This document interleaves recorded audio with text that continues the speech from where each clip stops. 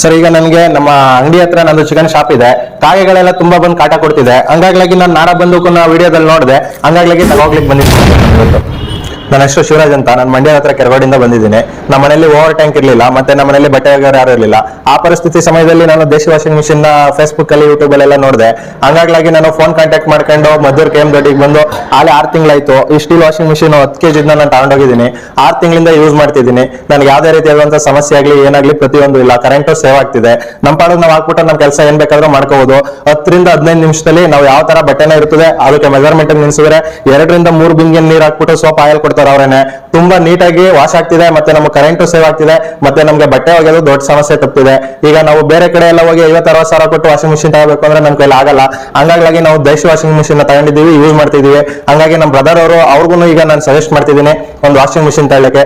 ಎಲ್ಲ ದೇಶಿ washing machine ತಗೊಳ್ಳಿ, ಯೂಸ್ ಮಾಡಿ. ದೇಶಿ ವಾಷಿಂಗ್ ಮಿಷಿನ್ ಸೂಪರ್.